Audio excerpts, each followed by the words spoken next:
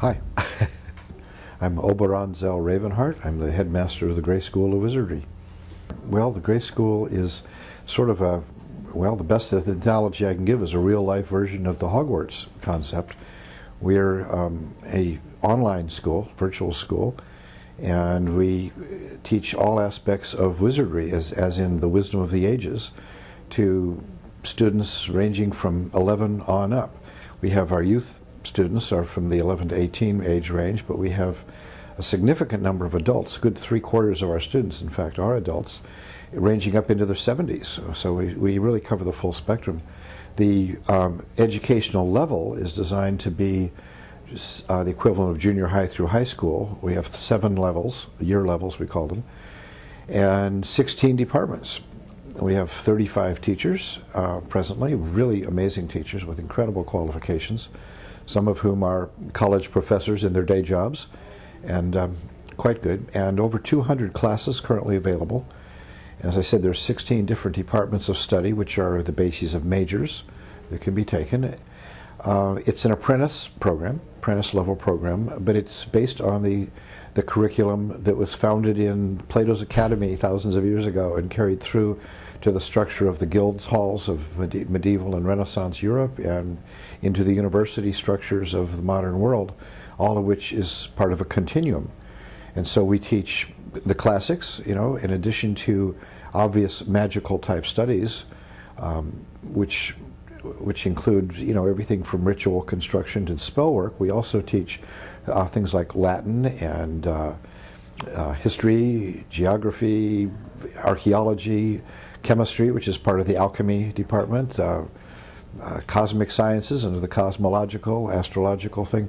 We teach both an integration of the magical and what is now called the scientific. Wizardry is about wisdom. I mean, a wizard is a wise one by definition, and this ties in directly with the concept of philosopher, which means lover of wisdom. And so we could say we're teaching philosophy, we're teaching what used to be called liberal arts in a sense, but we're teaching it in the way it was done before the separation of magic and science in the 1600s. So it's great stuff. It's great stuff, and it has an esoteric mystique that creates an enormous appeal to students. And we feel this is part of what's been the problem with a lot of the educational crisis that we read about today in the public education system. It's become seen by students as something that has no, you know, intrinsic esoteric mystique to it. Something everybody has access to. So where's the fun in that? And students consider it to be something boring, and they have to go. But if you look at the success of the Harry Potter saga, which is all based around a school, right? Why would a school be so enormously popular to be the best-selling books ever to young people? Well, it's because there's a mystique involved, you know, in teaching this stuff. Now, much of it is the stuff that some of us who had a classical education grew up with and is no longer available. I just find that lamentable, and but it's correctable. An education like this was not something that once upon a time was available to anybody. It was a special privilege to be able to go to an academy and to learn this kind of stuff. And I think that recreating such academies, which is what the Witch School is doing and what we're doing with the Gray School, is just an important contribution to education in the 21st century. And the internet has made this possible in an entirely new way, as it takes place itself in a magical realm in which anything is possible. And we have worldwide students and worldwide faculty, and the classes are always open. At any time that people plug in, there they are, right there. And it's a wonderful thing. The Gray School teaches wizardry. Yes. It does not have a religious base. Right. And could I have you speak to that for a little bit? Oh, sure. Well, this was something that we tried to point out in the grimoire, the establishment of the grimoire. There's lots and lots of books and classes and even online schools and courses that are available teaching magical arts of one sort or another, but all of them are tied into a religious foundation, usually witchcraft. Virtually every one is promoting and teaching a particular tradition of witchcraft, which is perfectly legitimate. But wizardry is not witchcraft. Witchcraft draws a lot from wizardry, certainly. There's, you know, a witch who is very capable and understanding should have a firm grounding in philosophy and history and the basics, in addition to things like herbalism and healing and spell work. But wizardry is, again, as I say, the wisdom of the ages, the Pythagorean mysteries, the teachings of Plato, and so on. It should go on. So we approach this as wizards are in every culture. There have been wizards. In every religion there have been wizards. Many of the great religions were founded by people who by any definition would be considered wizards. Moses was considered one of the great wizards of all time, right? And so was Zarathustra, and Jesus could be, and was, in fact, considered to be a wizard. And I think this is really crucial. Confucius, Lao Tzu, these are all great wizards.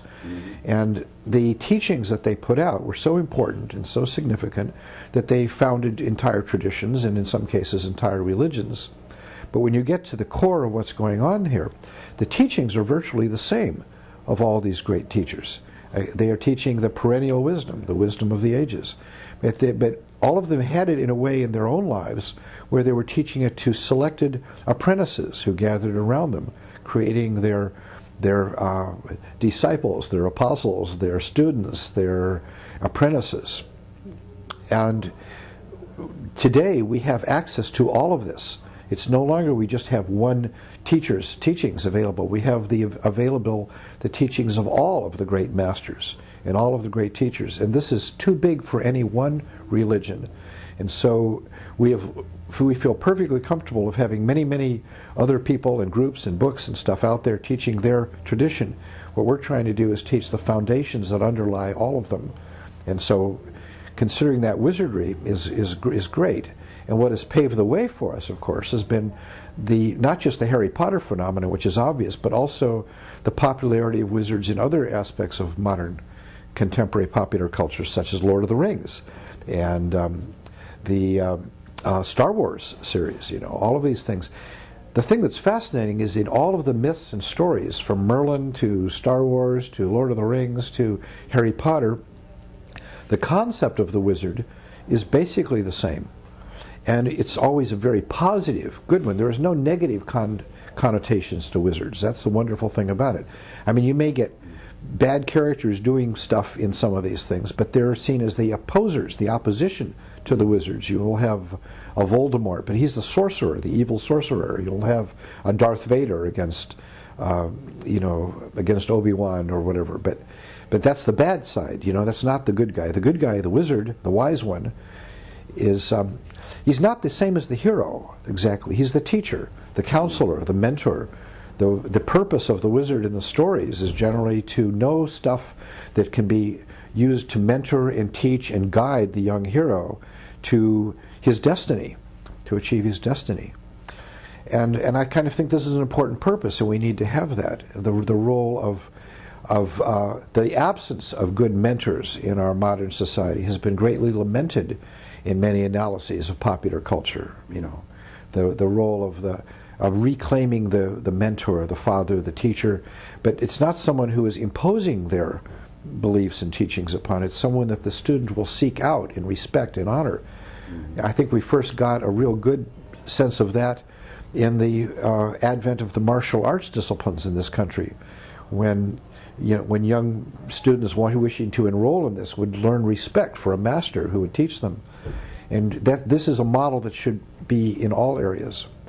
And so we follow this, and we do this, and so we choose the very best teachers, the very best models that we respect, who have dedicated their lives to their teachings and to the wisdom and to passing on their lineage and their heritage and the vast amount of knowledge that they've gained. And we are now turning to make this available to new generations of apprentices. Very true. Now, you're wearing your sparkly purple robe. Yes. And your Dumbledore hat. Yes. And your schoolmaster's cloak. Yes. And you've had a very distinct figure in the world. This is very obviously intentional. Yeah. I was wondering if you could speak to the construction of your image.